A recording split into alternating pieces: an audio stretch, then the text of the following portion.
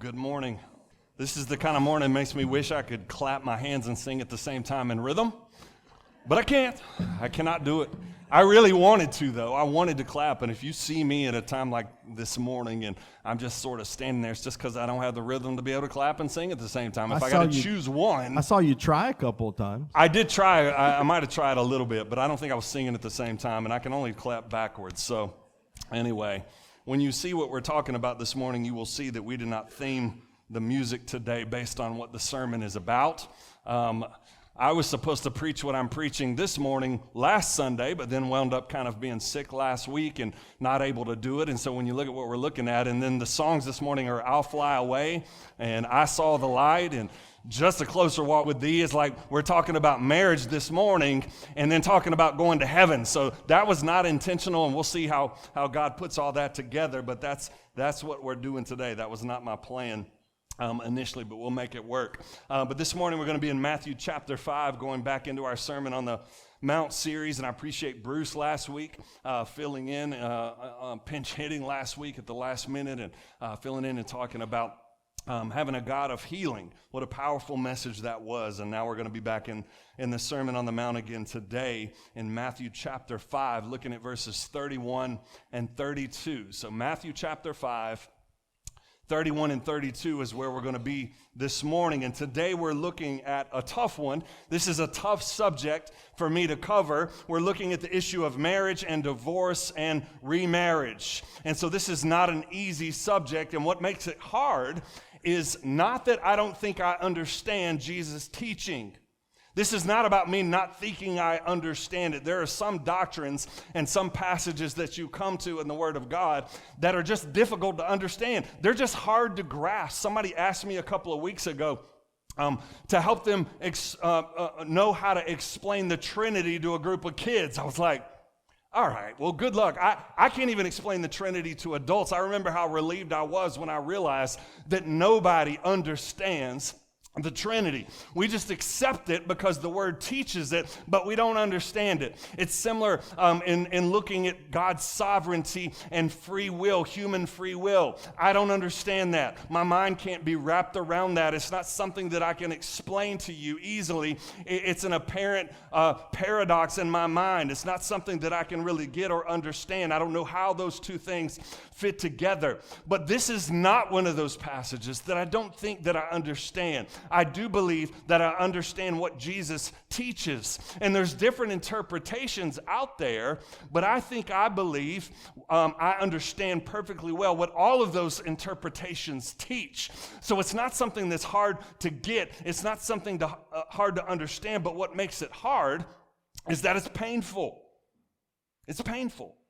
That's what makes it hard to deal with. It's a painful subject, and if I'm being totally honest with you, if I could just share with you honestly, it's the kind of passage that I would rather skip. It's the topic that I would rather just skip and just move on to next week. Next week is not very controversial. It's not a very hard subject. We're looking at keeping your word. We're looking at oaths and being an honest person. So that's pretty easy. I'm not really worried about this one, but this one's been in my heart and mind for 2 weeks now, and I've just been kind of mulling it over in my head for a couple of weeks, and I can't skip it because it's the Word of God, and God calls me to preach the whole counsel of Scripture. Not just the stuff that I like, not just the stuff that is easy, but all of it it's all part of God's Word.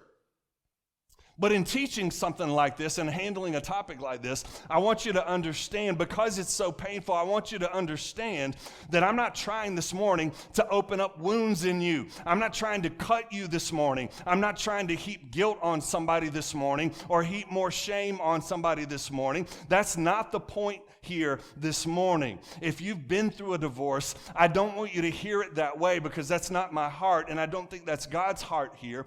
This whole section is not meant to be a club that you used to beat yourself up with it, and it's not meant to be a club that you used to beat other people up with it. That's not the point. The whole point is to show us, in all of this section, you have to take it in context, the whole point of this section is to show us that none of us measures up to perfect. None of us. None of us measure up to perfect. All of us fall short of the deep righteousness that God requires of us. And if in any of these, over these past several weeks and over these coming several weeks, if any of these makes you realize that, then you've gotten the point. If you hear this and you go, I fall short, then you've gotten the point. That is the point, to help you to realize that none of us gets it fully right. And the only ones who really missed this in Jesus' teaching were those religious people, those self-righteous people that did think they had it right. They did think that they were sufficient. They did think that they could do enough to earn the favor of God. And so if you've been divorced this morning, and there are a number of people in here that have been divorced, but there are, all of us probably have been impacted by divorce in some way or another, but with somebody that we love, somebody that's close to us, a family member, a child, a parent, a friend. All of us have been impacted by it in one way or the other. So don't let a teaching like this crush you, but let it do what it was meant to do, which is to drive you to Jesus. That's the point. That's the point. Let it drive you to Jesus. But the truth is, this message this morning is less about people who have been divorced and more for people that are still married, people that are still together. That's the real practical challenge of this passage of Scripture. Because see, what's in the past, I pray for you if you've been there before. If it's in the past for you, I pray that it would stay in the past. I pray that God would heal you of that. I pray that God would give you a great sense of freedom and release from the burden that many people carry when they've undergone something like that. But I pray that it would stay in the past for you. But this morning is for those that are struggling now in their marriages. Because I know that we all want to come in here every week, and for all intents and purposes, when you walk in here, everybody thinks your marriage is perfect. Nobody knows what you're going through behind the scenes. Nobody knows what trials your marriage is facing right now. We don't see that. When you come in here, you look pretty, you look handsome, you look good together, everything looks smooth, nothing looks rocky, it all looks rock solid and strong and a perpetual honeymoon for every single one of us. But I can promise you this morning, I don't know if it's in here, I don't know if it's in the second service, but I promise you this morning, there are people that are going to be here and that are going to hear this morning with marriages that they're not sure are going to make it. I can assure you of that. Whatever we may all look like this morning, there are people that are wondering today, is my marriage even going to make it? And for those of you that are in that position right now, or who may be in that position at some point in time in the future, my prayer for you is that by God's grace, you would not feel like your only option is to get out, but that you would see that God can strengthen you to stay. That's my prayer. That you would not feel like your only option is to get out, but by God's grace, He would empower you together to stay in it. That's the prayer. And so let's go ahead and jump in and look at what Jesus is teaching this morning from Matthew chapter 5. And we're going to handle it the same way that we've handled all of these deep righteousness passages that we've been looking at. Matthew chapter 5, 31 and 32 says, "You've heard, or it was also said, whoever divorces his wife, let him give her a certificate of divorce. But I say to you that everyone who divorces his wife, except on the ground of sexual immorality, makes her commit adultery, and whoever marries a divorced woman commits adultery." And so we're going to handle it again. Like we've been handling this, we're going to see the letter, the spirit, and an application. The letter, the spirit, and an application this morning. So number one, we're going to see the letter of the law. Back again in verse 31, it was also said, Jesus has said this every time, something like this. Either you have heard it was said, or it was also said, whoever divorces his wife, let him give her a certificate of divorce. Now, this one is a little bit different from the past couple of weeks because this is not a direct quote from anywhere in the Old Testament.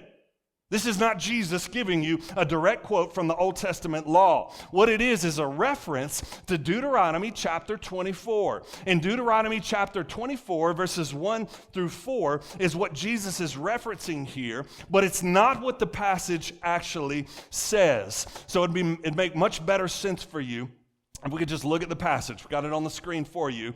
Deuteronomy chapter 24, 1 through 4, Jesus is referencing this passage, and it says, "When a man takes a wife and marries her, If then she finds no favor in his eyes because he has found some indecency in her, and he writes her a certificate of divorce and puts it in her hand and sends her out of his house, and she departs out of his house, and if she goes and becomes another man's wife, and the latter man hates her and writes her a certificate of divorce and puts it in her hand and sends her out of his house, or if the latter man dies, who took her to be his wife, then the former husband who has sent her away may not take her again to be his wife after she's been defiled.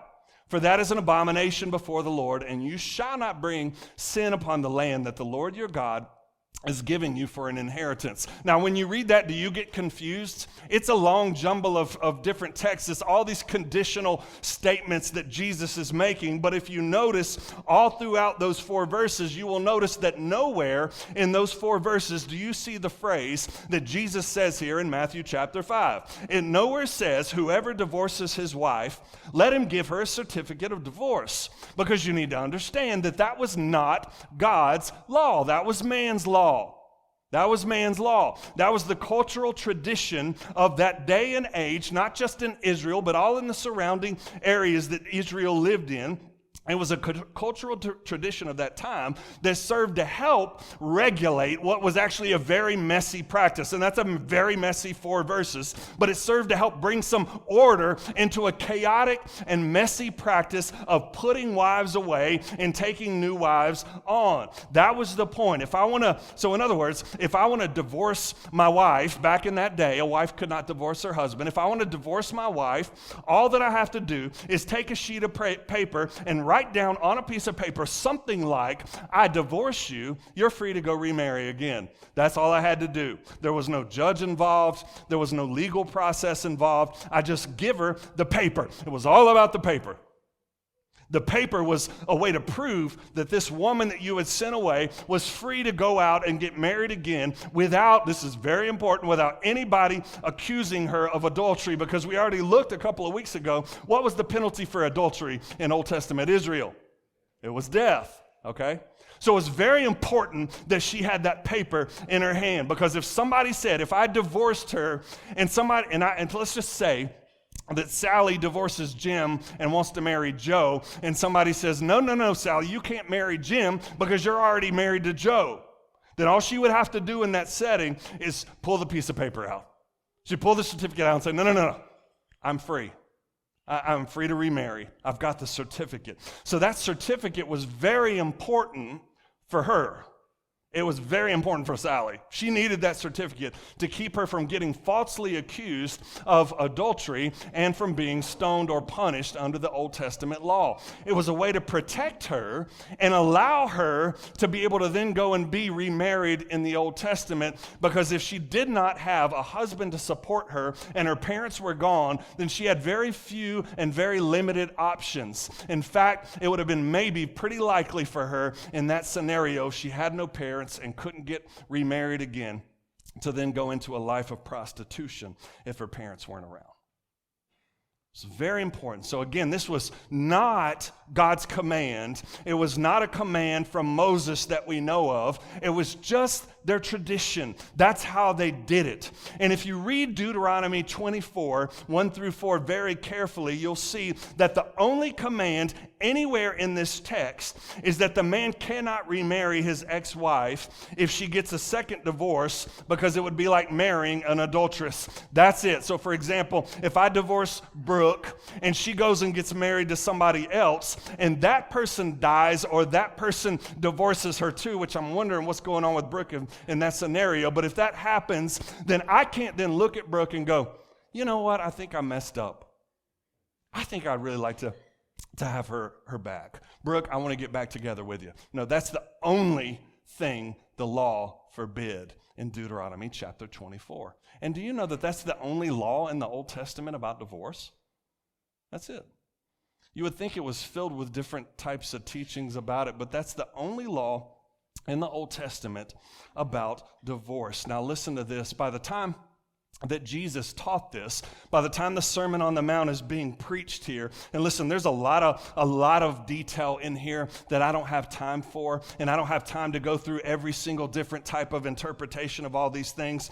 But the main way, in the time of Jesus, the main way that the religious leaders in that day and time taught this passage was this. They taught that God commanded divorce if the woman fell out of favor with her husband because of some indecency.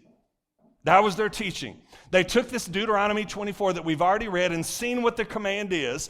They took that and they interpreted it as God commanded divorce if the woman fell out of favor in her husband's eyes because of some type of indecency. And how the leaders taught this, how they interpreted that indecency and that falling out of favor was, I can divorce you for anything. That's the way it became interpreted by the religious leaders in that day. That was the predominant way it was interpreted. There were other ways, but the one that was the most common was, if I find in you something that I don't like, I can divorce you. It was an early kind of one-sided, no-fault divorce. And the list of things that somebody could divorce their wife and send her away for was very long. I read through everything that the rabbis taught about this, everything that they allowed in the law, and they interpreted this very, very, very liberally. In other words, if your wife burnt your meal, you could divorce her.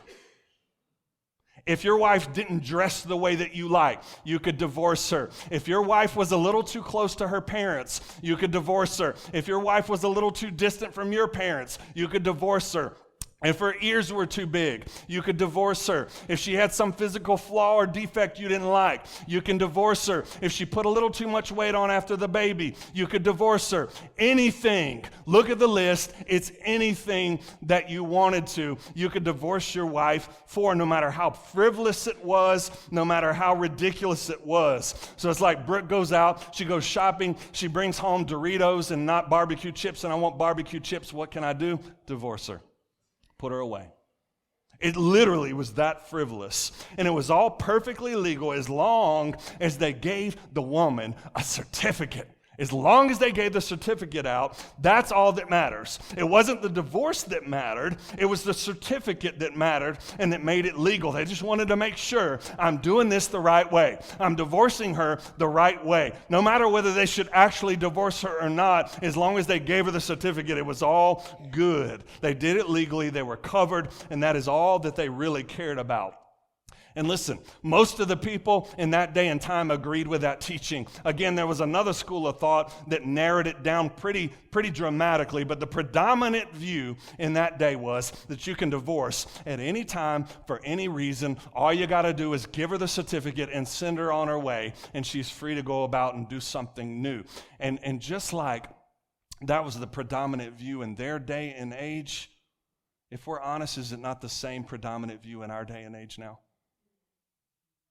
It's the same view today as it was back then. The only difference between their attitude and their practice of marriage and divorce and our attitude and our practice of marriage and divorce, the only difference is it's not one-sided anymore. Now either side can divorce for any reason and do. Marriage lasts as long as I feel like it should. And whenever I want out, for whatever the reason is, I should be able to get out. If I'm not happy anymore, I should be able to get out. If I'm not fulfilled anymore, I should be able to get out. If they don't meet my needs the way that I want them to, I should be able to get out. Whatever it is, that is the culture of our day, and it mirrors what's going on in Jesus' day and time. A lot of times we think, oh goodness, it's so much worse today than it was back then, and no, it's not. It's the same. It's the same. The attitude is the same. It's easy divorce. It's a low view of the institution of marriage. And Jesus said here, listen, you couldn't miss the point any worse if you tried. You couldn't miss the heart of God any worse if you tried. So number one, we see the letter of the law. Number two, we need to look at the spirit of the law. Jesus says, this is verse 32, but I say to you that everyone who divorces his wife except on the ground of sexual immorality, makes her commit adultery. And whoever marries a divorced woman commits adultery. Now, when we read that, the very first thing that jumps off the pages at us is that Jesus just closed a whole bunch of loopholes. And that the first thing that sticks out to you, like Jesus closed a bunch of the loopholes that the religious leaders were teaching. It's gone from I can divorce you for any reason at all to I can divorce you for one reason, which is adultery. One thing, which is adultery. And I recognize that, again, there are a bunch of different ways that you can go about interpreting this verse. And many people who love the Lord and love the Bible interpret the Bible the way that from a perspective of inerrancy and believing that it's the Word of God. There are many people that interpret this in different ways, but I'm going to tell you this morning how I interpret it, and then I'm going to tell you how I don't think the point of this verse is, how can I get out? I don't think the point of the verse is, how can I legally get out of my marriage? So this is the way that I interpret the verse. I interpret it like this: the only legitimate reason to get divorced and get out of your marriage and get remarried is that your spouse committed some sexual sin, obviously including adultery. That's how I take this. I think it's a very straightforward reading of this text. I think it makes the most sense of what it is. And again, I know there's other ways of interpreting this, but I view it like this. Jesus is teaching here, again, not what I'm teaching you or not what my opinion is on the matter, but what I think Jesus is saying is that the only legitimate reason to get out of a marriage, to get divorced, to get remarried, is that your spouse committed some sexual sin, including adultery. Now, the word Jesus uses there for sexual immorality is the word porneia. We get porn from that, pornography from that, but it's a word that just meant any kind of sexual immorality outside of the bonds of marriage. It's like, what kind of sexual immorality does that cover? Anything, any kind. Anything that's outside the bonds. Jesus didn't have to specify any more strictly than that. It's just any kind. Jesus is basically saying, if you divorce your wife for any reason other than this sexual immorality that I'm talking about here and remarry somebody else, then you have committed divorce, Matthew chapter 19, verse 8. And if your spouse that you divorced marries someone else, then you are causing her to commit adultery when she marries someone else. You are causing her to commit the act of adultery. And I want to stop on this for just a second, because I know a lot of people hear that teaching and they think, does that mean if I've remarried at some point after my spouse put me away for some other reason, if I didn't get legitimately divorced and I get remarried, does that mean that I'm perpetually living in adultery? And no, I don't think so. I don't believe that is what Jesus is saying. I don't think that you're perpetually living in an adulterous state if you remarry. It is the act that is the adultery. Now, I know when you hear that, and when a lot of people hear that, people start to think, well, I know that is so very narrow. What a narrow view that is.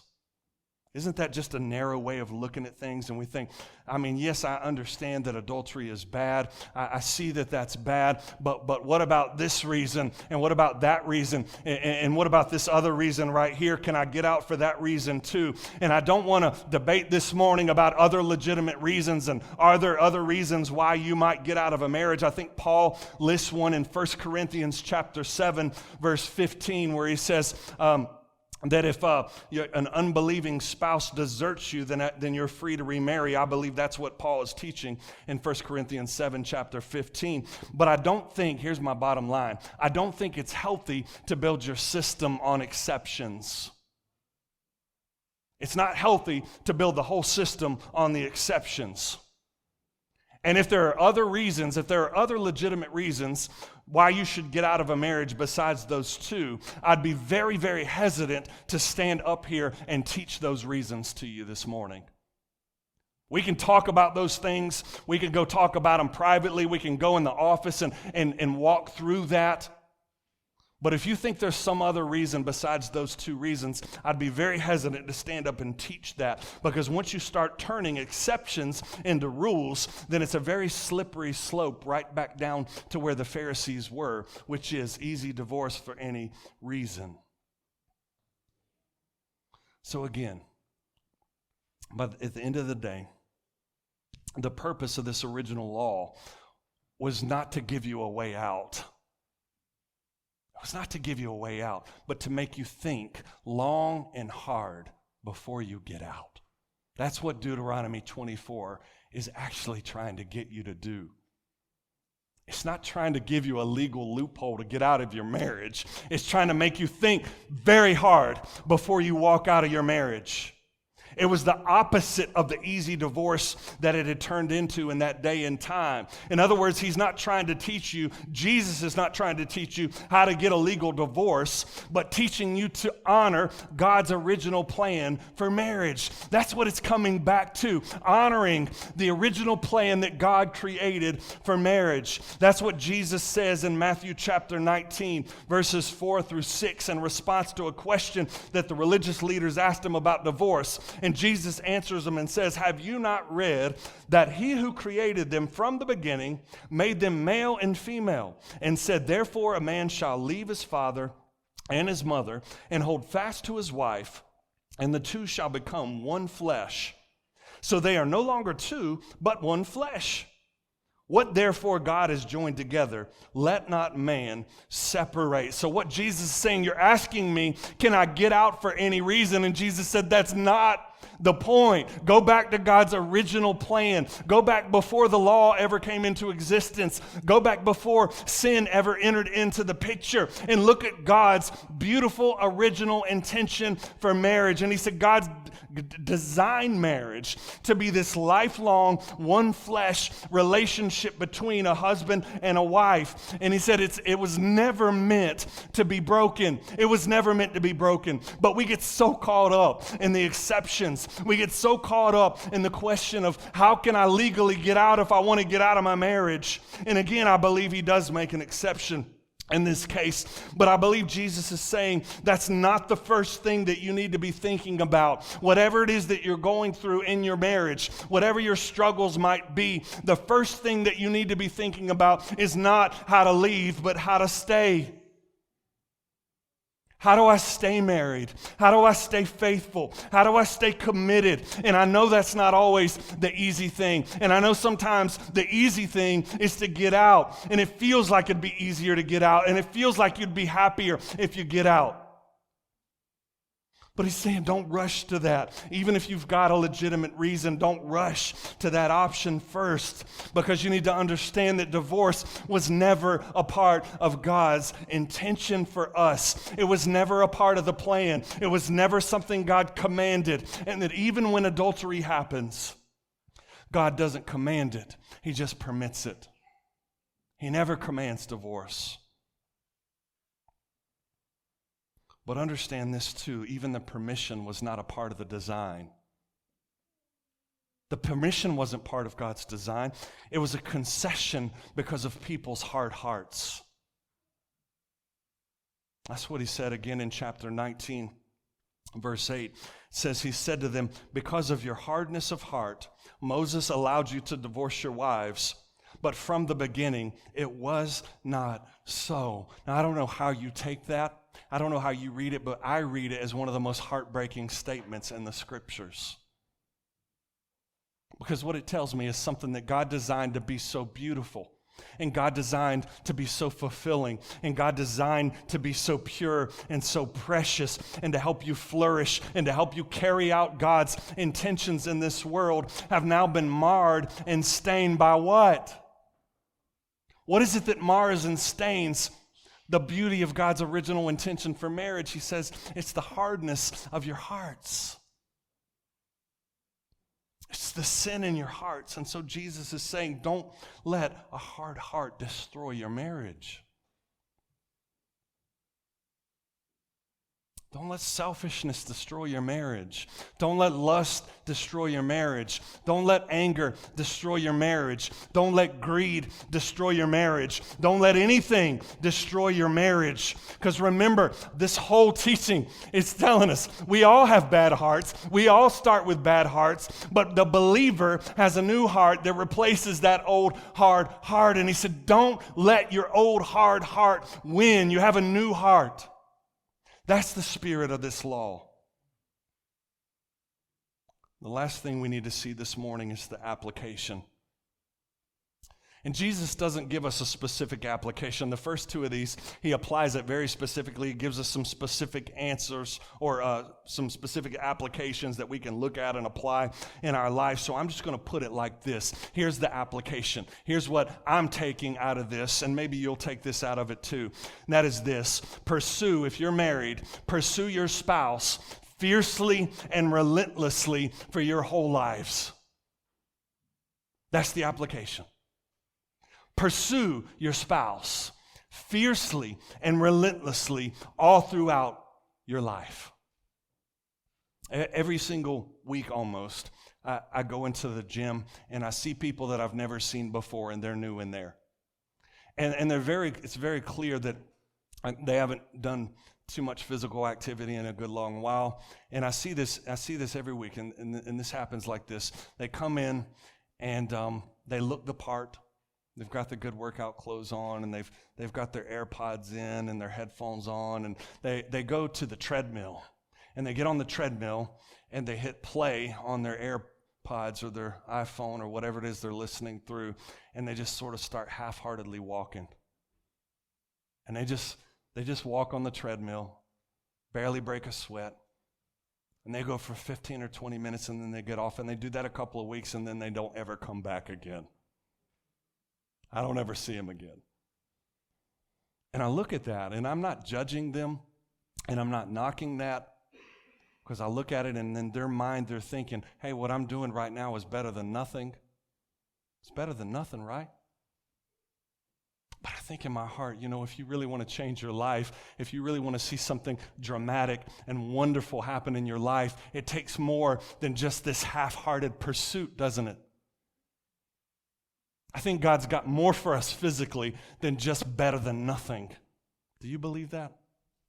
God's got something more than just better than nothing. And then I look at marriages all across our country, and I look at marriages and people that I know and people that I love, and I am not immune from this in my family and among people that I love, and I see people dealing with it, and I see so many husbands and so many wives looking at their marriage as this half-hearted trip on the treadmill. They just get on it, and they just barely pursue, and they barely work at it, and they barely push, and they don't chase anymore. And in their minds, they're thinking, well, it's better than nothing. And I look at that and I think, don't you believe God's got more for your marriage than just better than nothing? Don't you think he's got more than just better than nothing? And I look at the way God pursues me. Look at the way God pursues you. Let me ask you this. Does God half-heartedly pursue you? A couple of weeks ago in my quiet time, I was in Psalm 23. It's the Lord is my shepherd, one of the greatest passages in the scripture. And I got down to the very last verse, verse 6. And I love the way the New Living Translation translate this, because it gives it a little bit of a different perspective. The New Living Translation says, surely your goodness and what? Your unfailing love will do what? Pursue me all the days of my life. And I will live in the house of the Lord. How long? Forever.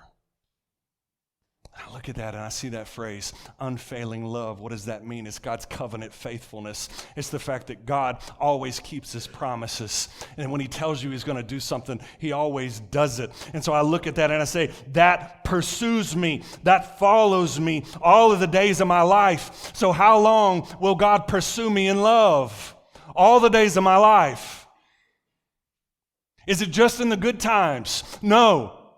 It's also in the valley of the shadow of death. He pursues me even there. He pursues me in all the trials of my life. He pursues me in the times that I sin against him. He pursues me even when I'm unfaithful to him. What is 2 Timothy chapter 2, verse 13? It says, if we are faithless, he remains what? Faithful. Why? For he cannot deny himself. God keeps pursuing with his fierce and relentless and all-consuming kind of a love for me. He never gives up. And just like God pursues us, I want to challenge you this morning. Pursue your spouse that way. Pursue them in the valley of the shadow of death even. I sat this week with Curtis and Linda, and they've been together for 60 years.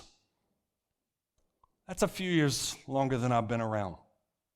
They've been married for 54 years. And I talked to her the other day, and she was talking about their life together and how happy it was. But in times like that, you mostly remember the happy times. You don't really tend to think about the hard times. But how many of you know that in 54 years of marriage, they faced some storms and some turbulence and some very hard times? But in that moment, they're facing what's perhaps the biggest storm that they've ever faced. And the truth is, they've been facing it for 24 years. It's all been slowly building up to this over the past 24 years as Curtis battled with Parkinson's disease. And it kept going, and it kept progressing, and it kept getting to the point where now he's in the hospice house, and he's sitting there with every single breath labored and rasping and hard to take and fighting for just one more breath and one more breath. And I promise you, Curtis is ready. When he meets the Lord, he's going to be welcomed in. But there's Linda sitting at his side, holding his hand, stroking his arm. What is she saying to him? I love you. I love you. And that's what I want. That's where I want to be. I don't ever want to sit and have to be there on my deathbed while Brooke holds my hand, but God willing, that is going to happen one day, hopefully a long time from now. But in that moment, I want to be able to say, we stuck it out through everything. Because I can promise you there's turbulence in my marriage, there's storms in my marriage, there's bumps in my marriage. It's not all been perfect, but I want one day to be able to have people look at my marriage and say they've stuck through everything that they faced, and they ended well. They ended well. And I know people hear that. And they think, how do I keep loving this person that I don't even like? How do I keep loving this person who's hurt me? How do I keep loving this person who's betrayed me? How do I keep loving this person who's unfaithful to me? How do I do that? And the answer to that question is the gospel. That's how I do it. We see marriage, the whole point of marriage, it's meant to point us and be a picture of the unconditional, fierce, ever-pursuing love of God, that God had reached down to a sinner like me, and in His grace and in His love, He kept coming for me. And even when I tried to run away, He wouldn't let me go quietly. He wouldn't let me just leave Him. He wouldn't be content in my life with just better than nothing, but He pursued me all the way to the cross and all the way to the grave itself. And guess what? I never deserved an ounce of that grace, and I never deserved an ounce of His love, and neither do you. But He gave it anyway. And when I look at what God has done for me in Jesus Christ, then I'm able to look at my spouse a little bit differently. I'm able to see them from a little bit different perspective. And unfortunately, sometimes we don't get it right. We don't always get it right. And sometimes marriages end. And sometimes, again, I believe they legitimately come to an end. But even in those times, God's grace is sufficient for you. His grace is sufficient for you to lift you up and bind your wounds and forgive you and to reach into your brokenness and to pull it all back together. And so if you're married today, I want to challenge you. I could give you a list of things you ought to do, but you don't need to listen to that from me like I'm some marriage expert. But what I want to challenge you is to dig in to the grace and the love of God. And I guess if I could make any appeal, it'd be this: marriage is difficult enough on its own when it's just you and your wife.